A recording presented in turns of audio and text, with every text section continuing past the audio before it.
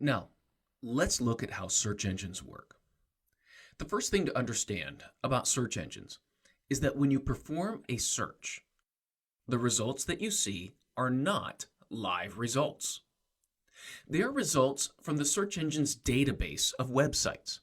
That's right, the search engines make copies of all the websites they find, and the algorithm is run against the database, not the live internet. What this means is that as an optimizer, you need to ensure that the search engine is first able to find your website, then download it, assess it properly, and then appear accurately in the search results. In order for search engines and SEOs to work together, SEOs need to have an understanding of how this process of search engine indexing works. So what we're going to do here is we're going to simplify it into 4 categories: crawling, storing, processing and indexing, and ranking. When you understand these, you have a more complete understanding of the search engine process. At the root of every search engine is software. In this phase, we're just going to talk about one type of software. It's something we call crawlers, or bots, or robots, or spiders. Now, this is software that does one thing, but it does that thing very, very well. The crawler, or bot, goes to a specific website and downloads all of its contents back onto the servers of a search engine. It then follows every single link on that document. It goes to that corresponding page and downloads all of that content, and then repeats the process by following all of those links and going to those pages and downloading that content. In theory, by doing this, it crawls the entire internet. Now sit back and think about how big the internet is and how quickly it's growing. But that's just the basic idea of what a crawler or a spider does. It actually has a whole lot of traps that it has to avoid. One of these traps is called an infinite loop. What will happen is a crawler goes onto something like a calendar application online, and it goes to the next year. Then it'll click on the link for the next year, and then it'll click on the link for the next year, and on and on. And it gets stuck, because those links are going to go on forever. It's going to count up into infinity. So the crawler itself needs to know this and be smart enough not to get stuck in the infinite loops that are everywhere throughout the internet. So what does this have to do with SEO exactly? Well, SEOs do have some influence on this. It's important for us to understand and make sure that the crawlers do not go to protected files, like something that should be password protected, for example. If you have user information stored in your website, then you want that protected and not open to the search engines. So luckily for us, most of the time when search engines come to our websites, they'll identify themselves. They'll use a user agent like Googlebot or Bingbot so that we know that this is not a normal user, it's a search engine. Now, unfortunately, this has been abused, and there are many bots online. Most of them don't belong to search engines. They belong to organizations that are looking for exploits in the management of your website. They're testing password combinations and more in order to gain access to your website. You can see the search engine activity through the webmaster tools that are offered by most search engines. In these tools, you can see how often Googlebot, Google's crawler, requests pages on your website, how much content is downloaded and the speed of the download, and any problems that may arise from the spidering, such as pages not being available, slow download speeds, or website errors. A robots.txt file provides search engines with the necessary information to properly crawl and index a website. It is a protocol for instructing search engines to exclude certain content while indexing. Now, this is important. The robots.txt file is not intended for security. Secure files, or anything that you do not want published online, must be behind password protection. The robots.txt protocol is typically used to block access to development sites or non-search content like scripting files or redundant or duplicate information. Remember, this is only a protocol. Not all bots will follow the protocol, so do not use this for any type of security at all. Now, the robots.txt file can be tricky, and I've seen companies all over the world forget about this tiny little file. And when they forget about it, they end up blocking access to the search engines, which will cause their site to disappear from the results, and they won't remember why. All because someone made a mistake with this little file.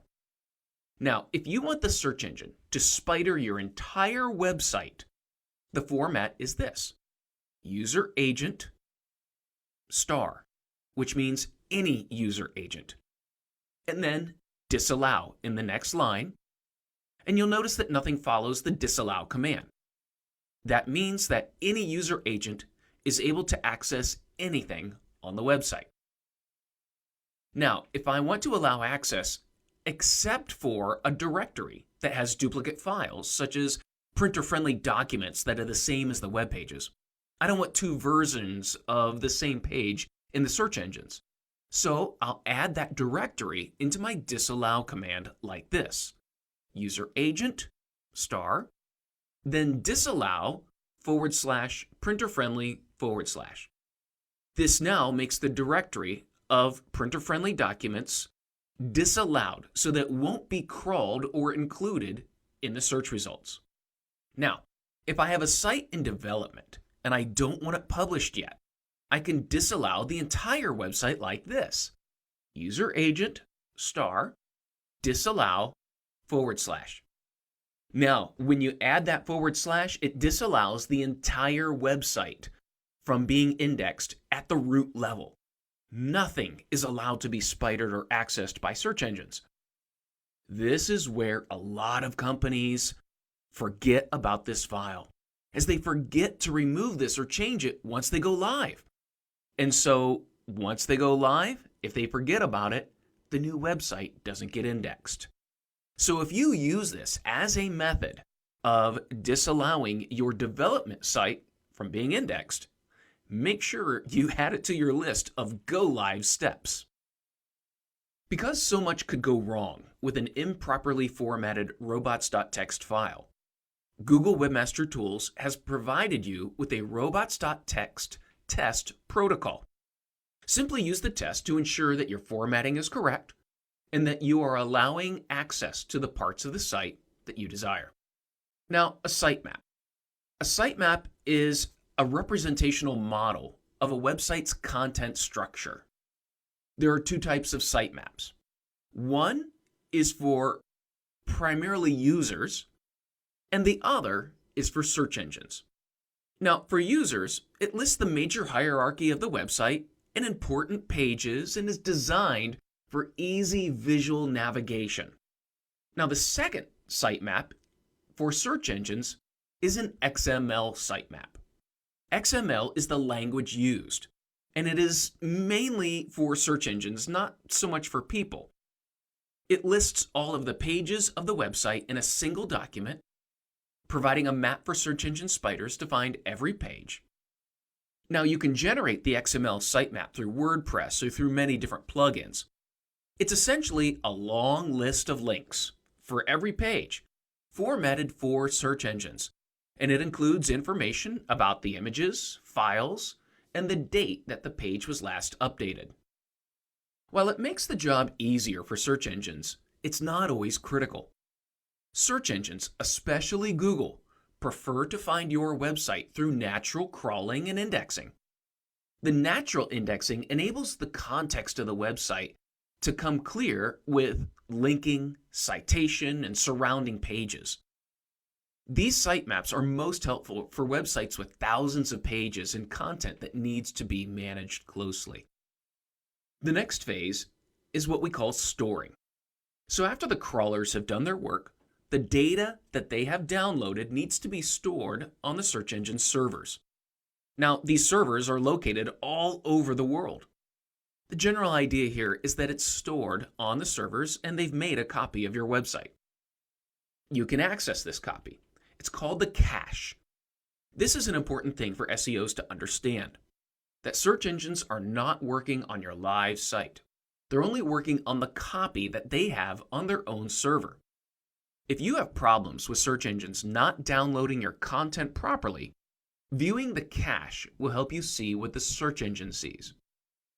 And this is going to have small differences, like personalization. They're going to crawl from different set locations.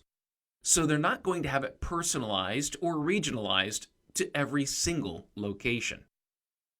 The third phase in this is by far the most complex. It's the processing and indexing phase. This happens in many different phases itself, and it happens in the many different data centers around the world. Quite frankly, this is where all the magic happens. This is where the billion-dollar algorithms go in and try to extract relevancy signals that can be used to figure out the most relevant and trustworthy information on the internet. The important thing to understand at this point is that this is a process that is mostly hidden to marketers and the general public. It's hidden in the vault of the search engines and their computer scientists. Now, in order for the search engine to determine relevance and trustworthiness, the pages stored in the index are subject to numerous analysis. Hundreds of factors are analyzed. The major factors that we know that are analyzed for each page and website are links to other documents and links from other documents, the content on the page and the website, the structure of the content, the structure of the programming, the date that page was last updated, and other trust factors. We see the final result of the processing as the algorithm is applied within hundredths of a second to produce relevant results, not only for the search, but also attempting to figure out what is meant by the search. Also, based on what you are searching for, the results will change. Local searches will present local results, business listings and maps. Commercial searches will show products from different retailers. Entertainment searches will provide local theater times, event, and ticket information. Searching for how to do something will show videos. In this example, a search for camera reviews provides multiple reviews, additional questions, products for sale, and sources for information. The processing of the search results is not just showing relevant results, but also other content that you should find helpful. The last phase is the one you're most familiar with, and that's the rankings. So at this point, a user has typed something into a search engine. They're getting the results back, and the search engine needs to rank all the possible results they could have on the internet to something that is most relevant for the given phrase that was typed in. Now, this is a very complex thing that happens incredibly fast. So when this happens, the query gets sent to the search engine servers, the information is already indexed, and the ranking algorithms have taken effect. With additional signals, this happens incredibly fast. But things like time, like current events, like personalization, your past history of searching, all of these are taken into account in milliseconds, and the result is shown so that you can find the closest Krispy Kreme donuts. So in order to be a successful SEO, it takes three parts. First, developing a website that search engines can find, download, and process. This is the architecture of your website. Second, developing links that reflect the popularity of your site with other websites and sources. Finally, developing content that people want to read and share. This provides your relevance to the searches people make. We've seen how the ranking mechanism works, but it is essential to understand the factors that a search engine generally looks for when ranking a website. As an example, Google's PageRank is a method of measuring the importance of pages. This is gained primarily by measuring the influence of links from other websites. Now, this is not simply based on the amount of links, but the influence of links, such as the popularity and influence of the website linking to your site, and then the sites linking to that site, and so on. Other factors are words. How well do those words match the search query by meaning or synonym? Content. How well does the content match other similar queries?